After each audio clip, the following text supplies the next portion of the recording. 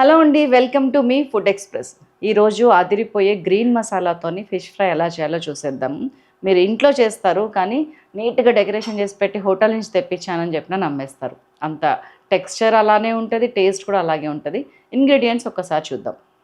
So పచ్చిమిరపకాయలు, కరివేపాకు, పసుపు ఒక 1/2 టీ స్పూను, ఉప్పు, అల్లం ముక్కలు ఒక 4, వెల్లుల్లి ఒక 7-8, ఇదిగోండి షాలాట్స్ అంటారు చిన్న చిన్న ఉల్లిగడ్డలు, అవి ఒక 4-5, పుదీనా అండి, కొత్తిమీర మాత్రం ఫుల్ తీసుకోండి.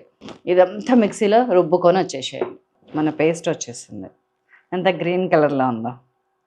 ముందు దీన్ని వేసేస్తున్నాను.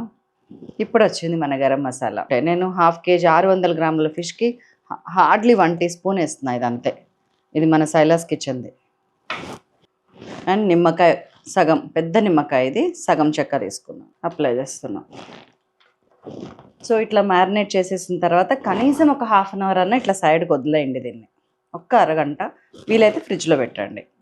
చల్లదనం వల్ల ఏమవుద్దంటే దీనికి అప్లై చేసిందంతా సింక్ అవుతుంది లోపలికి. అందుకనే ఏదన్నా మ్యారినేట్ చేసినప్పుడు ఫ్రిడ్జ్లో పెడతారు.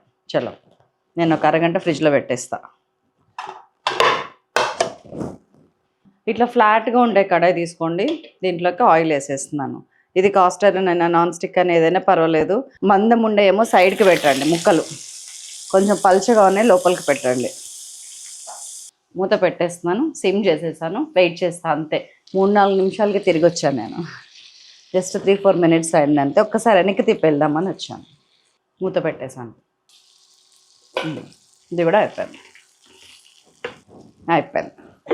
తీసేస్తున్నాను. నేను అనేది ఏంటంటే ఆయిల్ మొత్తం ఉండనివ్వండి గిన్నెలోనే, మనం ఫ్రెష్గా ఇట్లా తీసి పెట్టుకుందాం. ఈ ఆయిల్ అంతా ఇట్లా దీనికి వదిలేద్దాం, ఏం అవసరం లేదు మనకి. తినడానికి అనుకూలంగా హోటల్లో సర్వ్ చేసినట్టు కావాలంటే ఆనియన్స్ కూడా పెట్టుకోండి పక్కనే. చాలా చాలా టేస్టీగా ఉంటుంది ఇది. చేస్తారు కదా. మరొక అద్భుతమైన రెసిపీతో మళ్ళీ కలుస్తాను. అంతవరకు సెలవు, నమస్తే.